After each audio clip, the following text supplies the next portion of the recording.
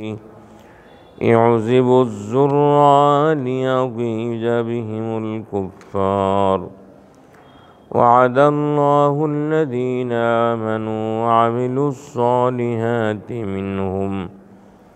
منهم مغفرة وأجرا عظيما صدق الله العظيم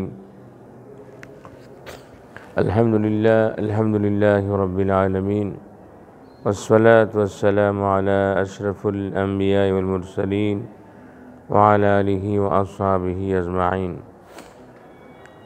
সম্মানিত ভাইরা, আমরা আল্লাহ পাকের দরবারে শুকরিয়া আদায় করছি।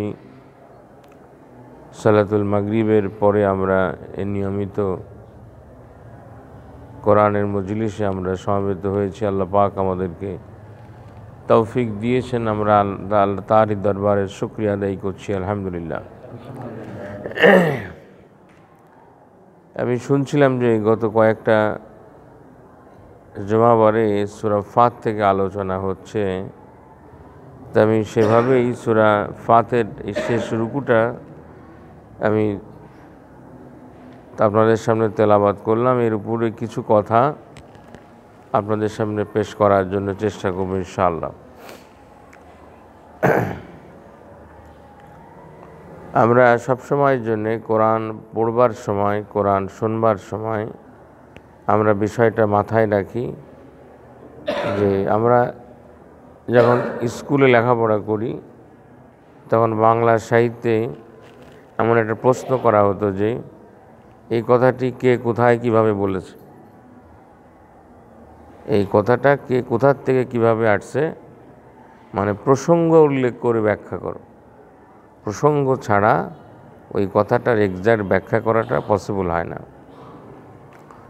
তাফসিরের পরিভাষায় সেটাকে বলা হয় শানে নজুল।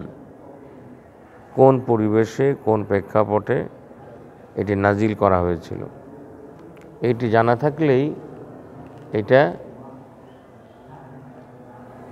সংশ্লিষ্ট জায়গাটা বোঝা মানুষের জন্য সম্ভব হয়। এবং যারা মুফাসসিরিনে কেরাম, আমরা যাদের কেতাব পুস্তক পড়েই কিছু কথা বলি, তারা অনেক গবেষণা করে, প্রথম যুগ থেকে নিয়ে এই পর্যন্ত অনেক গবেষণা করে হাদিসের বিশাল ভাণ্ডার দেখে তারা এই বিষয়গুলি উদ্ধার করে আমাদের সামনে পেশ করেছেন যে এই অবস্থাটা, এই সূরাটা রসুলের জিন্দিগিতে কখন কিভাবে নাজিল হয়েছে। প্রতিটি আয়াতের ব্যাপারে, সূরার ব্যাপারে এই গবেষণাটা আমাদের কাছে পৌঁছেছে আলহামদুলিল্লাহ। সূরা ফাত এটা ৬ষ্ঠ হিজরিতে রসুলের জীবনের একটা গুরুত্বপূর্ণ ঘটনা বলা হয় হুদায়বিয়ার সন্ধি। ৬ষ্ঠ হিজরির রসুলের শেষ 10 বছরের মাদানী জিন্দিগির ৬ষ্ঠ বছরে, ৬ষ্ঠ হিজরিতে হুদায়বিয়ার সন্ধি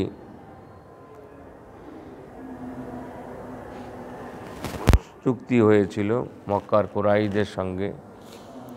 সেই সময় এটা আমাদের কম বেশি মনে রাখা দরকার। রসুলের জীবনের গুরুত্বপূর্ণ পর্যায়গুলো আমাদের মনে না রাখলে পরে আমরা রসুলের জীবন বুঝতে না পারলে কোরআন বুঝতে পারবো না।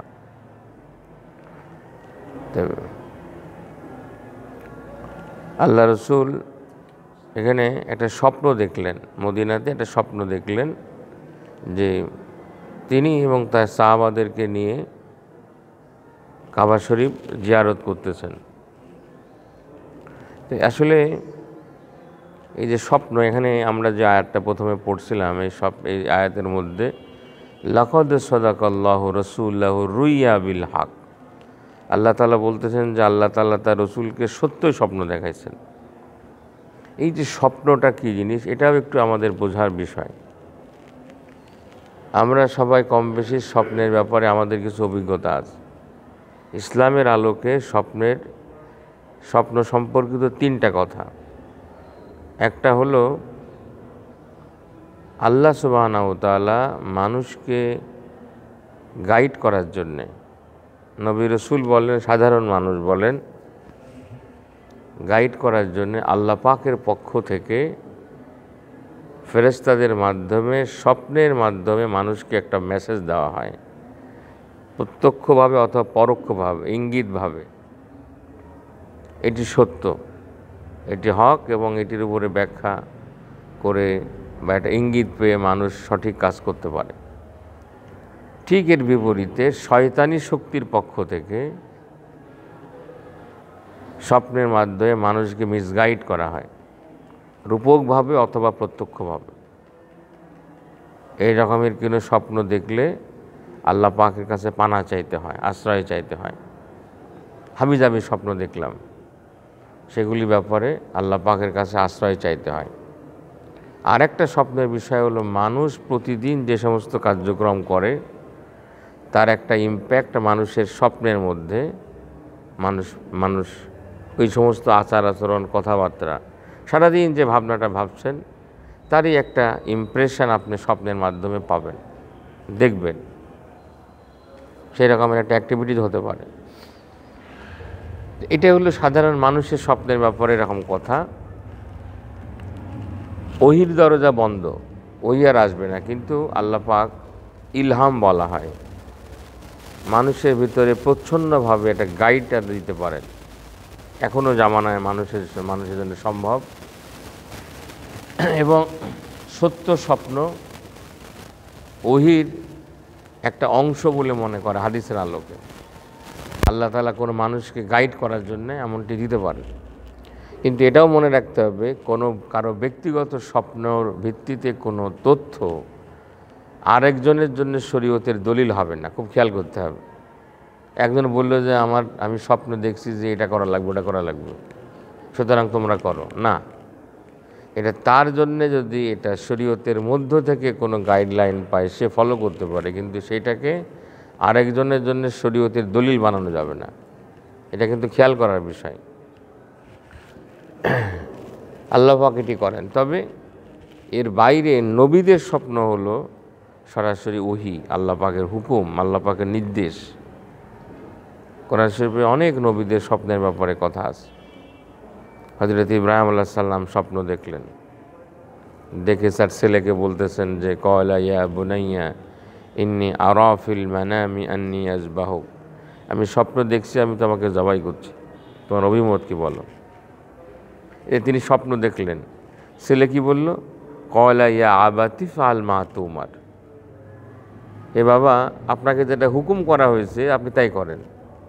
ছেলে কিন্তু স্পষ্ট, ছেলেও তো নবীর ঘরের ছেলে, তো নবীর ঘরের সন্তান, সে নিজেও নবী এবং অনেক সৌভাগ্যবান মানুষ, আমাদের নবীর পূর্বপুরুষ, তাই না?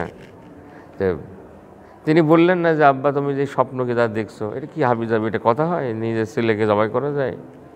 এসব কিচ্ছু না বলে তিনি বললেন তোমাকে যে হুকুম করা হয়েছে এটা করো। ক্বালা ইয়া আবাতি ফাআল মা তুমার। তাহলে ছেলে খুব পরিষ্কার বুঝে ফেলল যে এটা ওহী। তিনি যদিও স্বপ্নের কথা বলতেছেন, কিন্তু এটা আল্লাহ তাকে স্বপ্নের মাধ্যমে হুকুম করছে। যে আমাদের নবীজি মক্কা থেকে হিজরত করে মদিনায় চলে আসছেন, 6 বছর হয়ে গেছে। সবার কিন্তু মন পড়ে আছে মক্কায়, ওইদিকে মুখ করে নামাজ পড়েন, কেবলাও কিন্তু ওইদিকে, তাই না? মক্কার যে মদিনায় যে দ্বিতীয় বছরে কেবলাটা চেঞ্জ হয়ে গেছে, কেবলা চেঞ্জ হয়ে গেছে, ওইদিকে মুখ করে নামাজ পড়ছেন। আর তার আপনজন আছে, কাবা রয়েছে ওইখানে, মক্কার প্রতি মহব্বত 16 আনা, তাই না? কিন্তু যেতে পারেন না, আসলেই তো ধরা পড়বেন, মারা যাবেন, তাদের মারবে, কাটবে। এই রকমের একটি অবস্থায় তিনি যখন বললেন যে মক্কায় আমি স্বপ্ন দেখছি যে আমি যাব, সাহাবা কেরামরা সাথে সাথে প্রস্তুত হয়ে গেলেন। 1400 সাহাবী, তাই তো নাকি? 1400 সাহাবীকে নিয়ে সেই জামানার যে সামাজিক বিধান, যেটা যেমন আপনি আমেরিকাতে গেলে পরে আপনার পার্সোনাল একটা আর্মস সবাই রাখতে পারে, এটা রাষ্ট্রীয় আইনে বৈধ, ব্যক্তিগত নিরাপত্তার জন্য। আমাদের এখানে অনেক ঘটাঘটি, সেদিন দেখি আমার এক কলিগের কাছে দেখি একটা আর্মস, সে বলছে এটা আমার লাইসেন্স করা, আমার রিনিউ করার জন্য যাচ্ছে। তো সেই জামানাতে যদিও হজ এবং উমরার সময় আপনারা জানেন যে মানুষ এই মক্কাটা বালাদিল আমিন, নিরাপত্তার শহর, এখানে কেউ কিছু কাউকে বলে না। এটা চিন্তা করলো যে আমরা এই হজের সময় এহরাম বেঁধে যদি যাই, এহরাম অবস্থায় তো মশা মারাও যায় না, মাছি মারাও যায় না, তাই না? তাহলে এইরকম একটা অবস্থায় যদি আমরা যাই, তাহলে যে মক্কার সাথে যে সংঘর্ষ হচ্ছে সেরকম কিছু নাও হতে পারে। এহরামের পোশাক পরে নিয়েছেন, কোরবানির উট রয়েছে সাথে, কিন্তু সবার কাছে ব্যক্তিগত নিরাপত্তার জন্য একটা করে তলোয়ার আছে। এটা সেই জামানার প্রচলিত বিধির আওতার মধ্যে। কিন্তু আল্লাহ নবীজি সুস্পষ্ট নিষেধ যে কোনোভাবেই কোনো বিরোধে জড়ানো যাবে না, কোনো মারামারির মধ্যে, কোনো কলহের মধ্যে জড়ানো যাবে না। আর হজের মধ্যে সম্ভাবনা কেউ বিরোধ করতে আসলেই বলতে হবে যে আমরা তো মহরিম অবস্থাতে আছি, আমরা তো হজের উমরা সফরে আছি। তারা এখান থেকে মদিনা থেকে বেরোয় ঠিক একেবারে ইহরামের পোশাক পরে মদিনার দিকে, মক্কার দিকে আসতেছেন, কিন্তু পথের মধ্যে তাদেরকে ঠেকায় দেওয়া হলো, হুদাইবিয়ার জায়গাতে ঠেকায় দেওয়া হলো। হুদাইবিয়াটা কূপ, এই জায়গাতে ঠেকায় দেওয়া হলো। অনেকবার চেষ্টা করা হয়েছে, খালি ওদের সাথে একবারে পায়ে পাড়া দিয়ে যেন ওরা গোলমাল করতে আসে, ওরা যুদ্ধ করতে আসে, ওরা তলোয়ার চার্জ করে। কিন্তু সাহাবায়ে কেরাম যতই খালি ঘোরায়, কিছুতেই খালি ঘুরে ফিরে বারংবার চেষ্টা করতেছে যে কোনোভাবেই যাতে নবীজির নিষেধ, এই অবস্থাতে কোনোভাবে তাদের সঙ্গে বিরোধে জড়ানো যাবে না। এইরকম একটা অবস্থায় আপনারা জানেন যে তখন তারা ওই সরাসরি ওখান থেকে মক্কার সঙ্গে আপনার হলো আল্লাহ রসুল সবাইকে বললেন, তার প্রতিনিধিরা বলতেছিল যে আমরা তো তোমাদের সঙ্গে লড়াই যুদ্ধ করতে আসি নাই। আপনারা এটা মনে রাখেন যে এই 6 বছরের মধ্যে বদর হয়েছে, উহুদ হয়েছে, তাদের সাথে কিন্তু লড়াই সংগ্রাম অনেকগুলি হয়েছে। কিন্তু আমরা এবার আসছি যে জাস্ট ওমরা করার জন্য, ওমরা করে ছুঁড়ে চলে যাব। কিছুতেই না শোনার পরে এক পর্যায়ে তিনি হযরত ওসমান রাদিয়াল্লাহু তাআলা আনহুকে প্রতিনিধি হিসাবে মক্কায় পাঠালেন, যাদের কাছে যে বলো যে আমরা কোনো রকমের সংঘর্ষের জন্য আসি নাই, আমরা জাস্ট ওমরা করে ফিরে যাব। উনি যখন আসছেন মক্কাতে, এই মাঝখানে হুদাইবিয়ার এখানে তাঁবুর মধ্যে নবীজি আসেন, সাহাবায়ে কেরামরা আছেন, সংবাদ চলে আসলো যে হযরত ওসমানকে শহীদ করে দেওয়া হয়েছে। দেখেন, গায়েবের খবর কিন্তু আল্লাহ ছাড়া কেউ জানে না। আমরা আমাদের পীর সাহেবদেরকেও গায়েবের খবর মনে করি যে তারা জানে, আর আল্লাহ রসুল তিনি রয়েছেন, তিনি জানতেছেন না যে হযরত ওসমানের কী অবস্থা হয়েছে। খবর আসলে চলে যে তিনি হযরত ওসমান শাহাদাত বরণ করেছেন। এই অবস্থায় আল্লাহ রসুল ওই হুদাইবিয়াতে একটা গাছের নিচে সব 1400 সাহাবীর কাছ থেকে হাতে হাত রেখে শপথ করছিলেন যে হযরত ওসমানের বদলা নেওয়া পর্যন্ত, নেওয়া ছাড়া আমরা কেউ ফিরে যাব না মদিনায়। এটাকে বলে বায়াতে রিদওয়ান। এই সূরার মধ্যে সেই শপথের কথা আছে। আপনি চিন্তা করতে পারেন, হ্যাঁ, আল্লাহ রসুল এবং সাহাবা কেরামরা তখন কোন স্টেটের মধ্যে ছিলেন। এইরকমই একটা অবস্থা। ওরা তখন নিজেরাও ভয় পাচ্ছিল যে আল্লাহ রসুল যদি এইভাবে যে শপথ করে উনি আসতেছেন, এটা তাদের জন্য সমস্যার কারণ হবে। যাও ওরাই সেই সময় ওরা একটা দল পাঠালো, যে সেই দল এসে রসুলের সাথে অনেক আলোচনা পর্যালোচনার প্রেক্ষিতে একটা চুক্তি দাঁড় করানো হলো, সন্ধি করা হলো। এই কয়েক দফা সন্ধি করার পরে আল্লাহ রসুল সিদ্ধান্ত নিলেন, যেটা সেই সন্ধির মোতাবেক, যে এই বছর ওমরা না করে, কাবা শরীফ জিয়ারত না করে তিনি ফিরে যাবেন মদিনায় এবং পরবর্তী বছরে এসে ওমরা করবেন। আরও কতগুলি চুক্তির শর্ত ছিল। এই চুক্তির সবচেয়ে বড় পয়েন্ট ছিল যে আগামী 10 বছরে এই মক্কার সাথে কোনো যুদ্ধ বিগ্রহ হবে না। ওই যেমন যুদ্ধ বিরতি চুক্তি নিয়ে বহুদিন ধরে যে প্যালেস্টাইনের খেলাগুলি হচ্ছে না বসে, যুদ্ধ হবে না আরও 10 বছর। আর ছিল যে মক্কার থেকে কোনো লোক মদিনায় চলে গেলে তাকে ফেরত দিতে হবে, আর মদিনার থেকে কেউ চলে আসলে পরে তাকে মক্কার লোকরা ফেরত দেবে না। কথা বুঝছেন? আর এই বছরে চলে যাবে, পরবর্তী বছরে কয়েকদিনের জন্য এসে তারা ওমরা করতে পারবে। তো এই সময় যখন সন্ধি হয়, তখন দেখা গেল যে দুইজন শৃঙ্খলিত আবু জান্দাল রাদিয়াল্লাহু তাআলা আনহু, শৃঙ্খলিত অবস্থায় পায়ে শিকল মিকল বাঁধা। সে এসে কাঁদতে কাঁদতে চলে এসে বলছে, ইয়া রাসূলুল্লাহ, ওরা তো আমাকে মেরেই ফেলেছে, আমার ইসলাম কবুলের কারণে ওরা আমাকে মেরেই ফেলেছে, আমাকে নিয়ে যান আপনার সাথে। এই চুক্তি মোতাবেক কিন্তু একে নেওয়া যায় না, মক্কা থেকে গেলে তাকে ফিরাই দিতে হবে। সাহাবায়ে কিরামরা সব থরথর করে কাঁপতেছে বসে, কি বলে, এই অবস্থা ওকে রেখেছে আমরা কেমন করে চলে যাব, আমরা জীবন থাকতে করে রেখে যাব না। কিন্তু আল্লাহ নবী কি বুঝতেছেন, কি জানতেছেন, তিনি আবু জান্দালকে বললেন, তুমি ধৈর্য ধারণ করো। চুক্তি লেখা হলো, চুক্তির মধ্যে লেখা হলো, এই চুক্তি হচ্ছে মুহাম্মদ রাসূলুল্লাহর পক্ষ থেকে সাথে মক্কার কুরাইশদের চুক্তি। ওরা বলল, রাসূলুল্লাহ যদি মানি তাহলে আর তোমাদের সাথে লড়াই কেন, সংগ্রাম কেন, এখানে রাসূলুল্লাহ আমরা মানি না, এটা রাসূলুল্লাহ লেখা যাবে না। কি লিখতে হবে? মুহাম্মদ ইবনে আবদুল্লাহ। সাহাবায়ে কেরাম, সম্ভবত আলী ছিলেন এটা লেখক ছিলেন। হযরত আলী বললেন, আমি কাটতে পারবো না। রাসূলুল্লাহ শব্দ কাটা যাবে বলেন দেখি? এটা মানুষ একজন সাধারণ ইমানদার বলবে যে আমার জীবন চলে যাবে, আমি রাসূলুল্লাহ শব্দ কেটে দেবো রাসূলের সামনে? সাহাবায়ে কেরাম নবীকে ভালোবাসতেন জীবন দিয়ে। আল্লাহ রসুল বললেন, তুমি আমাকে দেখায় দাও, আমি কেটে দিচ্ছি। তিনি কেটে দিলেন। চিন্তা করতে পারেন আপনি এটা বসে, কোন দূরদৃষ্টির কারণে আল্লাহ রসুল হওয়ার পরে কুরাইশদের এটার সাথে আল্লাহ রসুল চুক্তি করতেছেন। তিনি এর মধ্যে কি দেখলেন, আল্লাহ পাক তাকে কি মেসেজ দিলেন যে তিনি এই চুক্তি সম্পাদন করলেন। সবাই বললেন যে চলো আমরা মদিনায় ফিরে যাই। তোমরা এখানেই ওই উট জবাই করে ফেলো, মাথা মশে কেটে ফেলো, চুল কেটে ফেলো। কেউ নড়ে না জীবনে একটা বার।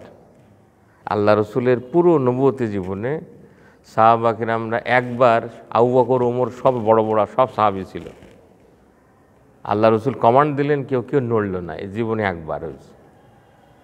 যে কারণে পরবর্তীতে সাহাবা কিরামরা খুব আক্ষেপ করতেন।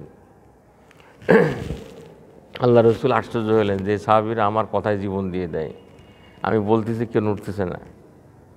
তিনি ওই একটু দুর্ভাবনা দুশ্চিন্তা করে মন খারাপ করে টেন্টে গেলেন। তার একজন স্ত্রী, রসুলের প্রতিটা সফরে তার একজন স্ত্রী সঙ্গে আসতেন, হযরত উম্মে সালামা রাদিয়াল্লাহু তাআলা আনহা, আমার মনে পড়ে এই মুহূর্তে, তাই না? তিনি দেখেন আল্লাহ রসুলের স্ত্রীরা আমাদের মা, উম্মুল মুমিনিন, আল্লাহ পাক বলছেন তাদের মায়ের মর্যাদা দিয়েছেন তারাও। এবং পরবর্তীকালে আয়েশা রাষ্ট্রীয় গুরুত্বপূর্ণ বড় বড় ব্যাপারে যে সমস্ত পরামর্শ দিচ্ছেন, এটি খুব বিস্ময়কর ব্যাপার মনে হয়। অসংখ্য সাহাবীর ওস্তাদ ছিলেন তারা। উম্মে সালামা রাদিয়াল্লাহু তাআলা আনহা বলছেন যে ইয়া রাসূলুল্লাহ, আপনি নিজে আপনার খাদেমের সঙ্গে করে আপনি কোরবানি করেন, আপনার চুল কাটেন, কাউকে কিছু বলার দরকার নেই। উনি সত্যি এসে হযরত বেলালকে নিয়ে, তার আরেকজন খাদেমকে নিয়ে ঠিক যায় সোজা করলেন। সব 1400 সাহাবী মাথা নিচু করে এসে ওই কোরবানি করলে, মাথার চুল কাটলো। কথা বুঝছেন কথা? হযরত উম্মে সালামা রাদিয়াল্লাহু তাআলা আনহার এই যে তার বুদ্ধি দিয়েছিলেন, সেই বুদ্ধিটার কারণে দেখা গেল সত্যি এটা হয়ে গেল। এখন সাহাবা কিরামদের কাছে খটকা লাগছে যে আল্লাহ পাক নবীকে বললেন, আমি স্বপ্ন দেখালাম যে কাবা ঘর জিয়ারত করে আসতেছি বসে, তো এখান থেকে আমরা তো জিয়ারত না করেই ফিরে যাচ্ছি, এটা কেমন হইলো? এটা মনের মধ্যে আল্লাহ পাক এটার জবাব দিচ্ছেন।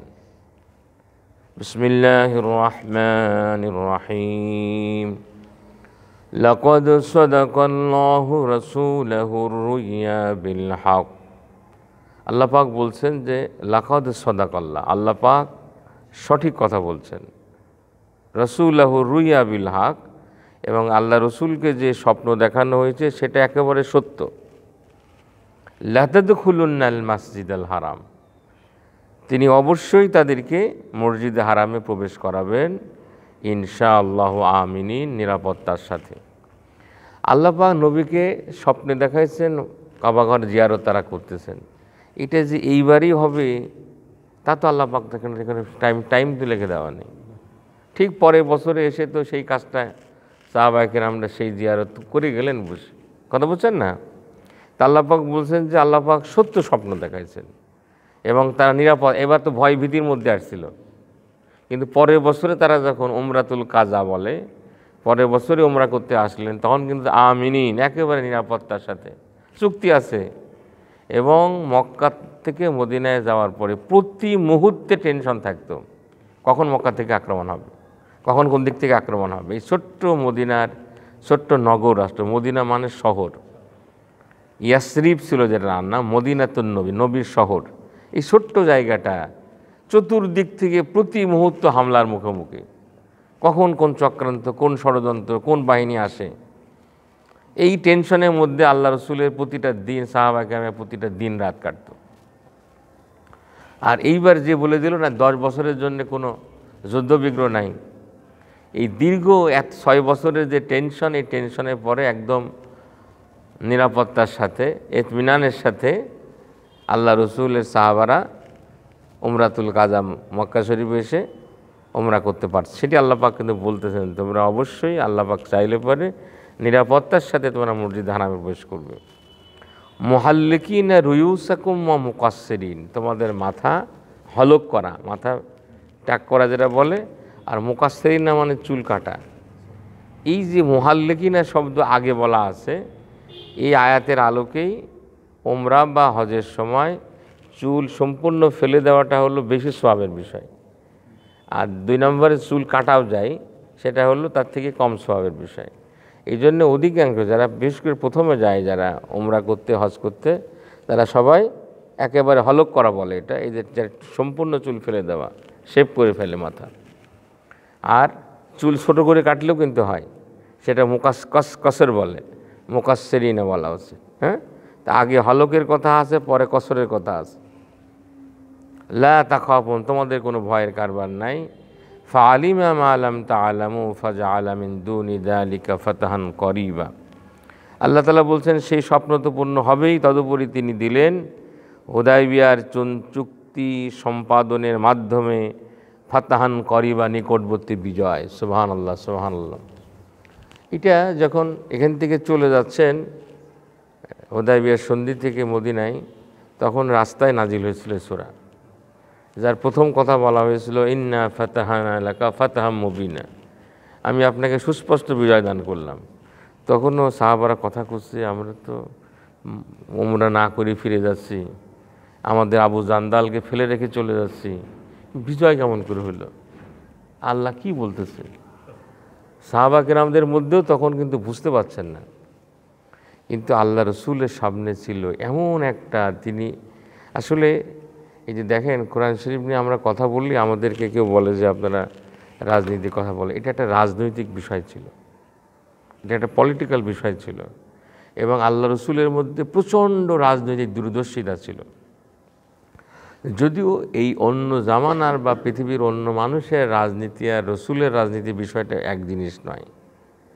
তিনি নিছক রাজনীতি তো আল্লাহ রসুলের জন্যে, কারণ কোনো মানুষের জন্য, মুসলমানদের জন্য কোনোভাবেই শোভনীয় নয়।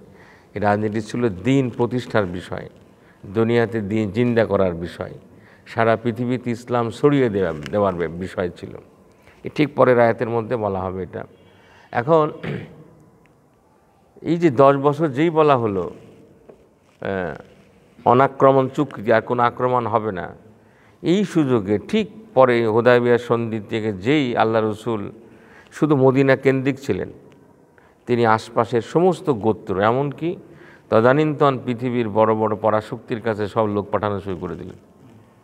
বিভিন্ন রাষ্ট্রের প্রধানদের কাছে দাওয়াতপত্র পাঠাচ্ছেন, একজন দুজন সাহাবীকে পাঠিয়ে দিচ্ছেন। আশপাশের সমস্ত গোত্রের কাছে ইসলাম প্রচারের কাজ, যেই কাজটা কিন্তু এই চুক্তির আগে কিন্তু তিনি করতে পারেননি, করার সুযোগ হচ্ছিল না। এদিক থেকে টেনশন ফ্রি হয়ে আল্লাহ রসুলের পক্ষ থেকে একেবারে ওই সময়কার পৃথিবীতে চতুর্দিকে দিনের দাওয়াত কিন্তু তিনি ছড়াই দিতে পারলেন। হ্যাঁ, এবং আল্লাহ রসুল পরে ব্যাখ্যা দিলেন, মদিনা থেকে যে বেটা পালায় মক্কায় আসবে, সে তো আমাদের সঙ্গে সম্পর্ক ছেদ করে ওদিকে গেছে, ও না আসলে কি।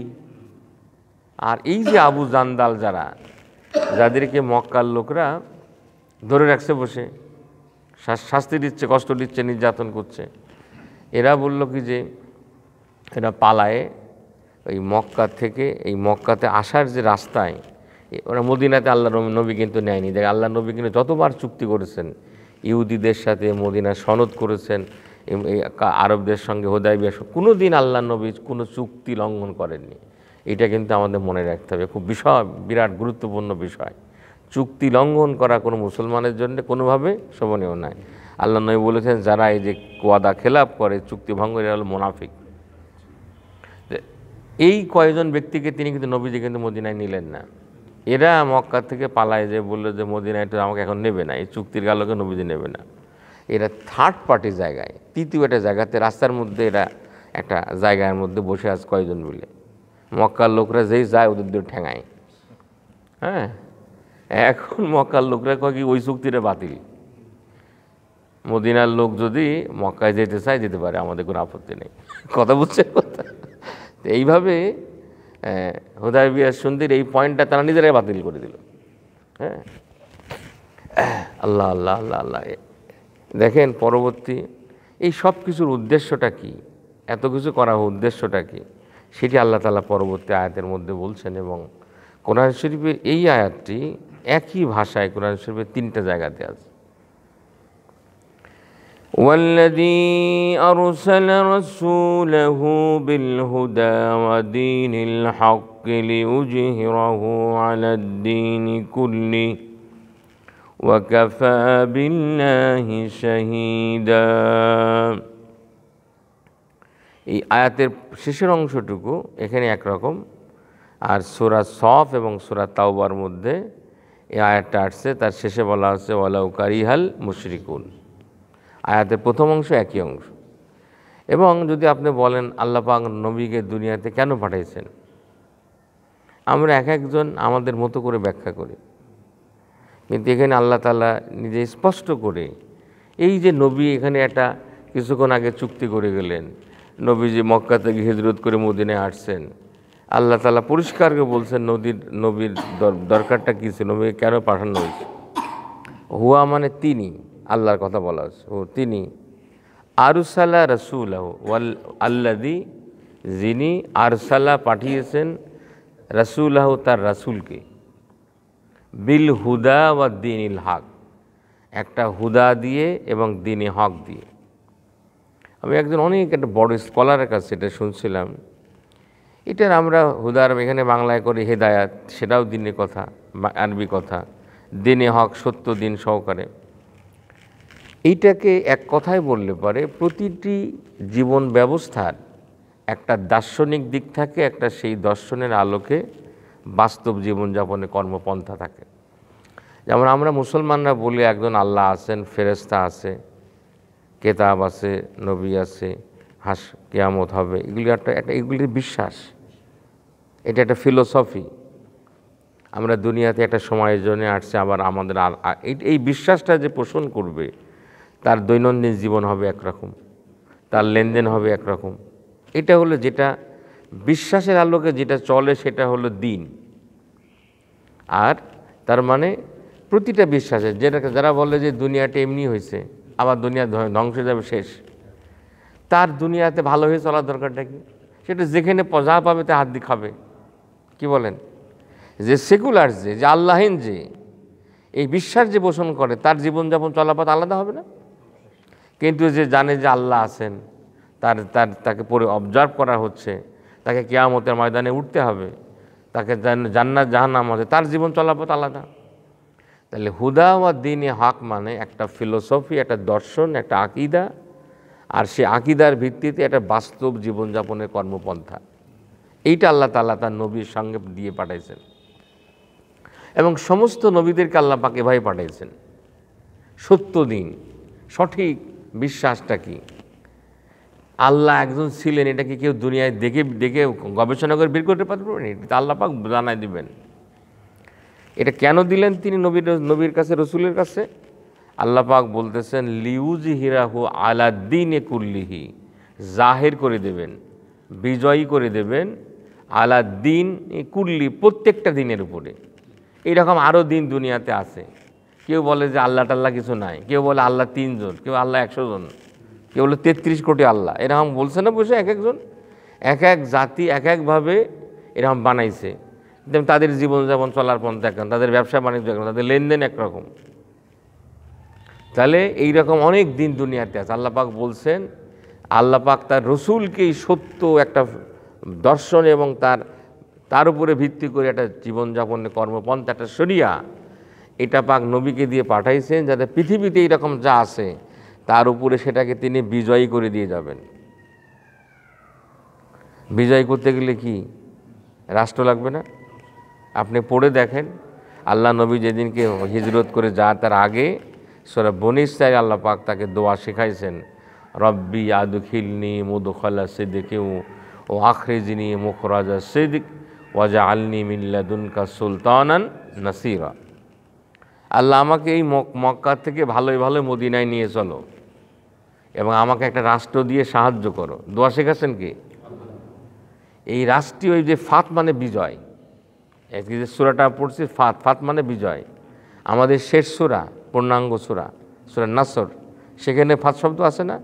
ইজা জা নাসরুল্লাহি ওয়াল ফাত, আল্লাহ পাকের সাহায্য এবং বিজয় যখন আসলো, ওয়ারা আইতান নাসা ইয়াদখুলুনা ফি দীনিল্লাহি আফওয়াজ, আপনি দেখলেন সব মানুষ দলে দল ইসলামের মধ্যে আসছে। এই যতদিন বিজয় হয়নি ততদিন কিন্তু এই আসলে হচ্ছে না। আপনি 6ষ্ঠ হিজরির আগে, 8ম হিজরির আগে পুরো পরিসংখ্যান দেখেন, আর মক্কা বিজয়ের পরে এই দেখেন আল্লাহ নবী 10 বছরে অনাক্রমণ চুক্তি দিয়ে এই 6ষ্ঠ হিজরিতে চুক্তি করলেন, ঠিক 2 বছরের মাথায় তিনি মক্কা জয় করলেন। ওরা চুক্তি লঙ্ঘন করছিল, সেই সুবাদে আল্লাহ নবী অতর্কিতে এসে মক্কা জয় করে ফেললেন 10,000 সাহাবী নিয়ে এসে, তাই না বলেন? এবং যে মক্কার লোকের তিনি টিকতে পারলেন না, এবং এসে 8ম হিজরিতে মক্কা জয় করে এসে কাবাঘর পরিষ্কন্ন করলেন, 360টা মূর্তি দিয়ে ভর্তি করা। তাওহীদের উপরে যে ঘর বানানো হয়েছে সেই ঘরের মধ্যে মূর্তি দিয়ে ভর্তি করে, শিরক দিয়ে ভর্তি করে রাখছে, সেটাকে পরিচ্ছন্ন করলেন এবং সারা পৃথিবীতে ইসলামের আলো ছড়াই দিলেন। যার এই সূত্রপাত, এই এক একটা স্টেপ, এটা নবী নিজের বাদশাহ হওয়ার দরকার নাই, আবু বকর ওমরের ক্ষমতায় যাওয়ার দরকার নাই। তাদের সামনে পরিকল্পনা ছিল যে সারা পৃথিবীতে যদি ইসলাম প্রতিষ্ঠিত হয় তাহলে সব মানুষ শান্তির সাথে পরিপূর্ণভাবে আল্লাহ পাকের হুকুম মানতে পারবে। তাছাড়া কোশ্চেনকালে সম্ভব না, কোশ্চেনকালেও সম্ভব না। আমি নীলফামারী অঞ্চলে একটা বড় মাহফিল চলতেছে, সে মাহফিলের যে বক্তা একটা মাদ্রাসার ভাইস প্রিন্সিপাল, তিনি বলতেছেন মাদ্রাসার শিক্ষকদের বেতন নেওয়ার জন্য আমাকে যেতে হচ্ছে অফিসে, আর আমাকে পয়সা দিয়ে ঘুষ দিয়ে আমার স্যারদের বেতন নিয়ে আসতে হচ্ছে। পুরো মাহফিলের মধ্যে বললেন মাদ্রাসা, আমরা মনে করছি মাদ্রাসা সব তো ভালো জিনিস, সমস্যা নাই। কোনো একটা মসজিদ এই যে সুন্দর টাইলস টুইল লাগানো হয়েছে, আপনি যদি খোঁজ করে নেন যেসব টাইলসের টাকা পয়সা কারা কোন কায়দায় দিছে, দেখবেন যে পরিচ্ছন্ন সাদা টাকা না, অনেক কালো টাকার সাথে আছে। অস্বীকার করা যাবে? অস্বীকার করা যাবে? সুতরাং ঘটনা হলো যে পরিপূর্ণভাবে আল্লাহ পাকের দিন যদি প্রতিষ্ঠিত না হয়, রাষ্ট্রীয়ভাবে না থাকে, তাহলে পরে সেখানে বসে পরিপূর্ণভাবে আল্লাহ পাকের হুকুম মানা সম্ভব না, কোনোদিন সম্ভব না। এবং আল্লাহ পাক বলছেন, আমি আমার রসুলকে, এই যে নবী যে চুক্তি করতে গেল কী জন্যে, যাতে এখানে অন্যান্য যত দিন আছে, এই মক্কা মদিনা আশপাশে যত দিন চলছে, যারা মানুষের তৈরি করা চিন্তা ভাবনা অনুসারে বিভিন্ন দেবদেবী বলেন আর বিভিন্ন রাজা বাদশাহ বিভিন্ন ক্ষমতাধর ব্যক্তিদের প্রভাবে যা কিছু চলছে, এগুলির উপরে তিনি আল্লাহ পাকের দিনটাকে তিনি বিজয় করে যাবেন।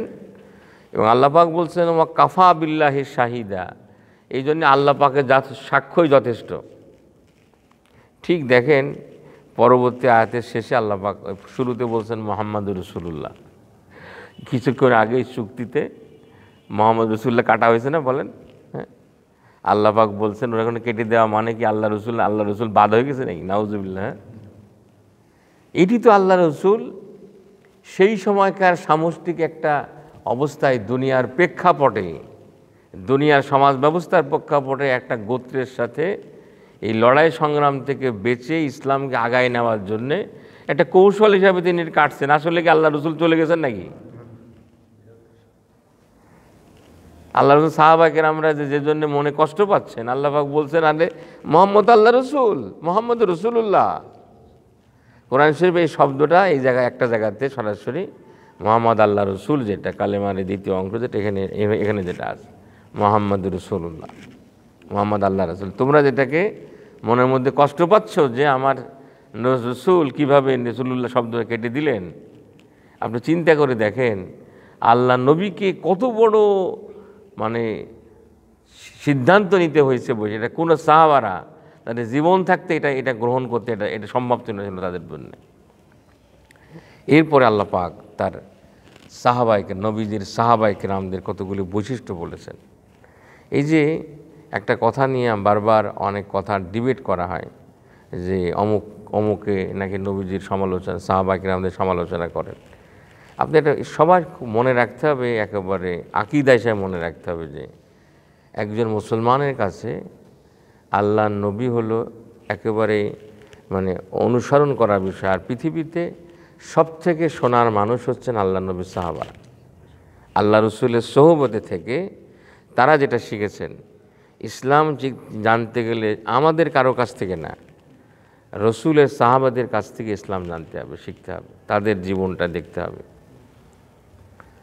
সাহাবায়ে কেরামদেরকে মাইনাস করে, তাদেরকে ছোট করে, তাদেরকে অসম্মান করে দুনিয়াতে কোনো মানুষ কোনো দিন পথ পেতে পারে না, কোনো দিন পথ পেতে পারে না। হ্যাঁ, আল্লাহ পাক তাদের ব্যাপারে কোরআন শরীফে অনেক জায়গাতে প্রশংসা করে কথা বলেছেন, এখানেও কথা বলা হচ্ছে ওয়াল্লাযীনা মাহু, আর যারা তার সঙ্গে আল্লাহ রসুল, মুহাম্মদ আল্লাহ রসুল আর তার সঙ্গে যারা ছিলেন তারা কেমন ছিলেন? আশিদ্দাউ আলাল কুফার, কুফারের ব্যাপারে তারা বজ্র কঠোর। আমরা বলি আরহামু বি উম্মতি আবু বকর, খুতবার মধ্যে বলেন না, আমার এই উম্মতের মধ্যে সব থেকে রহমমালা নরম মানুষটা আবু বকর। কিন্তু আবু বকর খেলাফতে আসার পরে সব সাহাবায়ে কেরাম দেখলেন তার থেকে কঠিন কিন্তু মানুষ হয় না। হয়তো আবু বকর তার থেকে যেন কঠিন মানুষ হয় না। অথচ ওমরের মতো বজ্র কঠোর মানুষ, আল্লাহ রসুল ইন্তেকাল করেছেন শুনে সে থরথর করে কাঁপতেছে, বলছে যে কেউ বললে আমি তাকে কেটে ফেলবো। আল্লাহ হযরত আবু বকর যখন খুতবা দিলেন ওমা মুহাম্মাদুন ইল্লা রাসূল, হ্যাঁ, এই কথা যেই বললেন হযরত ওমর থরথর করতে করতে কাঁপতে তলোয়ার ফেলে দিলেন। মনে হলো যে এই আয়াত আমার কাছে এখন নাজিল হলো বসে। হযরত আবু বকর এই যে সাহাবায়ে কেরাম যখন প্রয়োজন ছিল, যখন প্রয়োজন হয়েছে বসে, আল্লাহ রসুলকে আমরা বলি খুব মানুষ, তিনি রহমতুল লিল আলামিন, এটা আল্লাহ পাক বলেছেন তাকে, সারা দুনিয়ার জন্য তিনি রহমত স্বরূপ। কিন্তু আল্লাহ রসুল কত কঠোর ছিলেন, কত কঠিন ছিলেন, এই বর্ণনা কিন্তু আমাদের ওয়াজ নসিহতের মধ্যে আসে না। উহুদের সময় আল্লাহ নবী চাচ্ছিলেন যে প্রতিরক্ষামূলক যুদ্ধ করার জন্য, কিন্তু বদরে যারা যায়নি, বদরে বিজয়ের খবর যারা পাইছে, সেই সমস্ত নবীন সাহাবীরা, আনসার সাহাবীরা বললেন না আমরা বাইরে যাব। কথা বুঝছেন না? সিদ্ধান্ত অধিকাংশদের সিদ্ধান্ত হয়ে গেল বাইরে যে উহুদে মোকাবেলা করা হবে। আল্লাহ রসুল যুদ্ধের পোশাক পরছেন, ঘরের মধ্যে যে পরে যান বাইরে আসছেন, তখন সাহাবীরা কেউ কেউ বলছেন ইয়া রাসূলুল্লাহ আমাদের কথার প্রেক্ষিতে যদি আপনি সিদ্ধান্ত নেন তাহলে সিদ্ধান্ত চেঞ্জ হোক। আল্লাহ নবী বললেন যে নবী এই পোশাক পরার পরে খুলতে পারে না। আল্লাহু আকবার।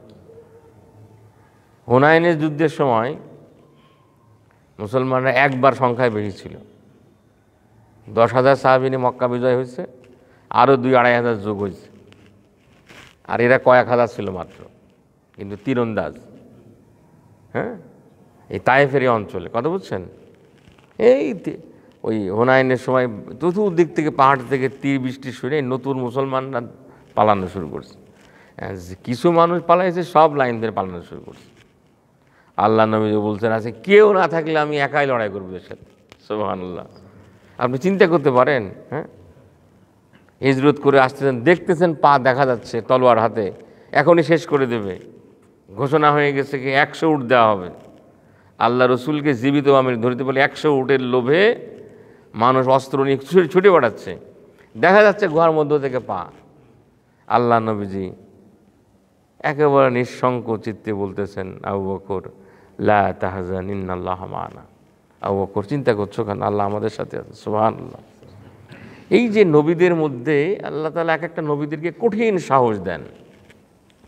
সারা পৃথিবী একদিকে নবী, একদিকে নবীজি কখনো দুর্বল হন না, সাহস হারা হন না, হিম্মত হারা হন না। সাহাবায়ে কেরামরা কিন্তু এমনটা ছিলেন।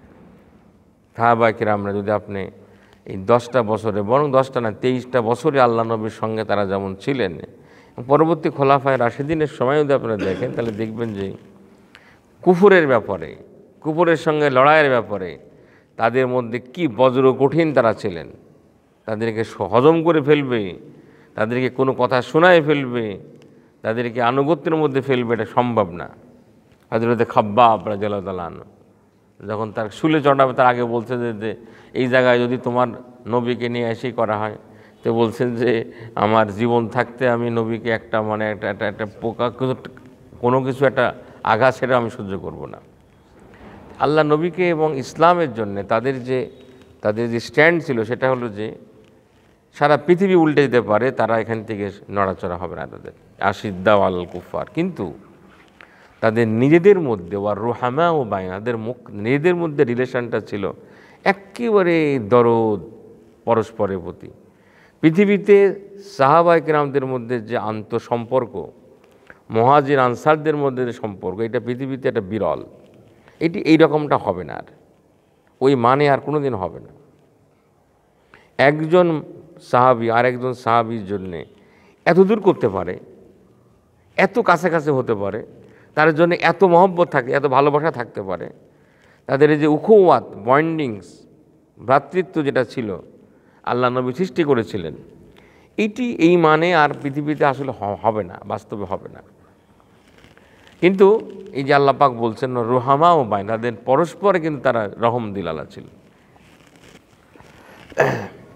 মাওলানা মওদুদী রাহিমাহুল্লাহ বলছেন যে আল্লাহ রসুলের ওফাতের পরে এই যে কতগুলি যুদ্ধ বিগ্রহ সাহাবায়ে কেরামদের মধ্যে হয়ে গেছে, এই লড়াই সংগ্রামের মধ্যেও যদি দেখা যায় যে যদি অন্যদের সাথে যখন লড়াই হয়েছে, সেই লড়াইয়ের মধ্যে যে অবস্থা, আপনারা জানেন একটা সময় একদিকে হযরত আলী, একদিকে হযরত আয়েশা, একটা যুদ্ধ হয়েছিল বসে, এবং এই যুদ্ধে অনেক দুই পক্ষ থেকে অনেক 1000 সাহাবী ইন্তেকাল করছিলেন। এটি ইসলামের এইসব দিকগুলো, এটা যদি কেউ অনুসন্ধান করতে চায়, দেখতে চায়, তাদের মনের মধ্যে অনেক কষ্ট লাগবে, অনেকই হবে। কিন্তু যেইমাত্র তারা হযরত আয়েশাকে পেলেন, তখন তাকে অনেক সম্মান ইজ্জত করে তাকে তার ঘরে পৌঁছায় দিলেন। যদি বিরোধী কেউ হয়, তো মানুষ কী করে, হাতের নাগালে পেলে পরে তারে মারবে, তারে কাটবে। একেবারে এই রকমের সমস্যার মধ্যেও তাদের মধ্যে যে রুহামা ও বাইনাহুম ছিল, লড়াই সংগ্রাম হয়েছে, এটা একটা বাস্তব। এটা নিয়ে জঙ্গে জামাল বলে, উষ্টের যুদ্ধ হয়েছে বসে, এগুলি নিয়ে ওলামায়ে কেরামদের মধ্যে, মুসলিম উম্মার মধ্যে অনেক আলাপ আলোচনা আছে। অনেকেই আলোচনা দেখতে চায়নি, কখনো আলোচনার মধ্যে আনে না, কিন্তু ইসলামের ইতিহাস, মানুষের ইতিহাস থেকে তো সেটা মুছে ফেলা যাবে না। সেটা ঘটনা ঘটছে বসে, কেন ঘটছে এই কথার উত্তরও কোনো না কোনো সময় আপনাদের লাগবে, আমাদের লাগতে পারে। কথা বলছেন কথা? যদি আপনাকে অন্য জাতির লোক বলে যে তোমাদের এই জামানার মধ্যে এরকম ঘটনা কেন ঘটছে, এটা কি ব্যাখ্যা তোমরা দিবা, আপনাকে জিজ্ঞাসা করলে আপনাকে তখন উত্তর দিতে হবে। এই উত্তর যারা দিতে গেছে তাদের ব্যাপারে অনেক কথা বলা হয়েছে, আমরা সেদিকে যাচ্ছি না। কিন্তু মাওলানা মওদুদী রাহিমাহুল্লাহ তিনি তার কিতাবের মধ্যে লিখছেন যে সেই যুদ্ধের মধ্যেও তারা রহমা বাইনাহুম ছিলেন, তারা পরস্পরের প্রতি তাদের সেই রহম দিল তারা দেখাইছেন বসে।